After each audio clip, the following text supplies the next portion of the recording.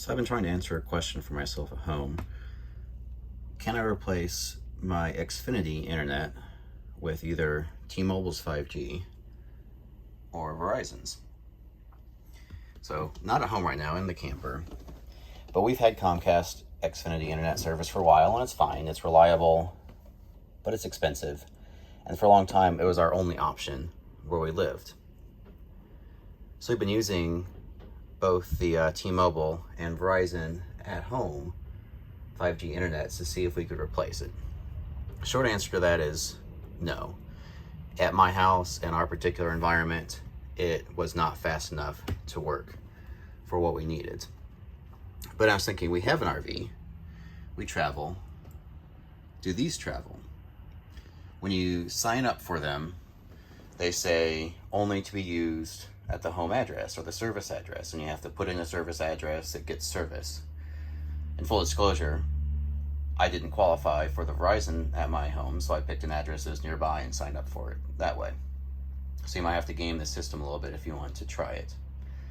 But we're up now in northern Indiana, about 70 miles from where we live, and I brought the routers to see would they work, or are they truly geofenced to a specific address and location? And the short answer is yes.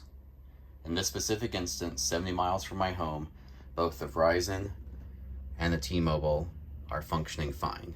Now, the speeds between the two are a little different. So currently, I am connected to Verizon.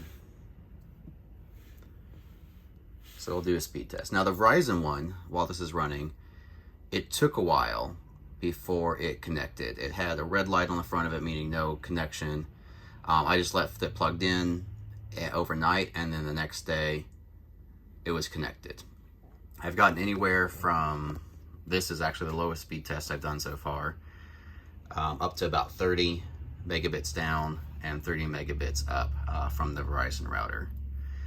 It is the full 5G home internet plan, not the LTE, but it's not the expensive one. So I think the speeds max out around 300 or something like that with the Verizon.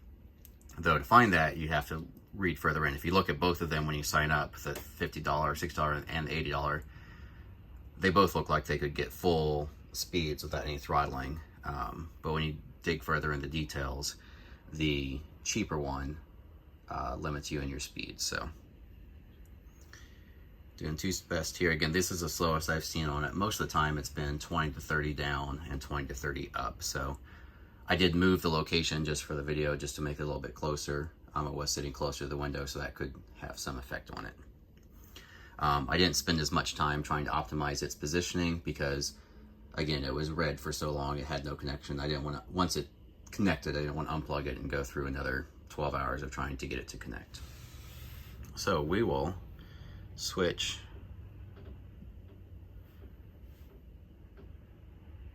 to T-Mobile.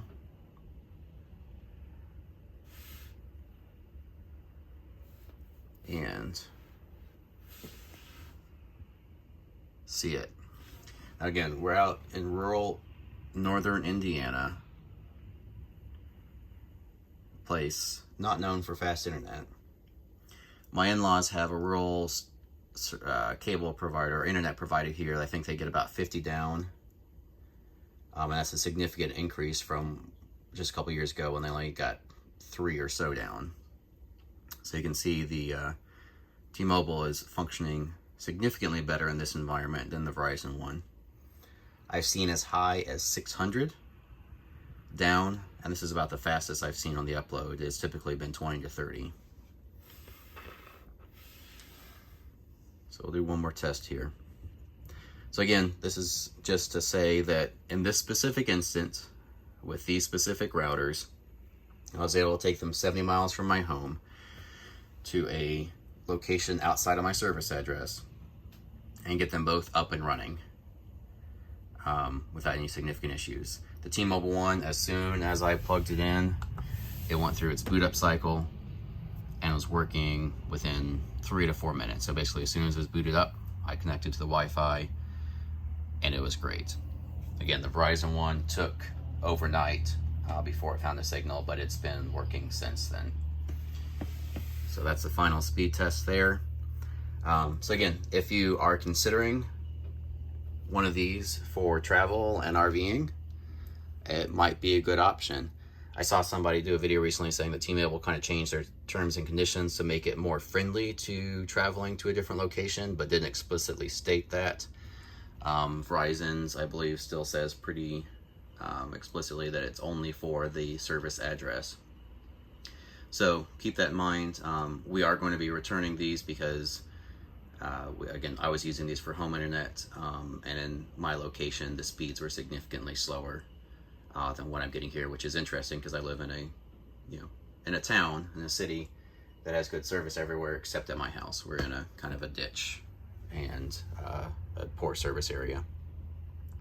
So that's that. Hope this is helpful to somebody that is thinking about using one of these for travel options. Hopefully, just like Starlink, both T-Mobile and Verizon, as they expand their services, will be more open to allowing people to explicitly use them for travel purposes in an RV, or whatever your usage case might be. Thanks.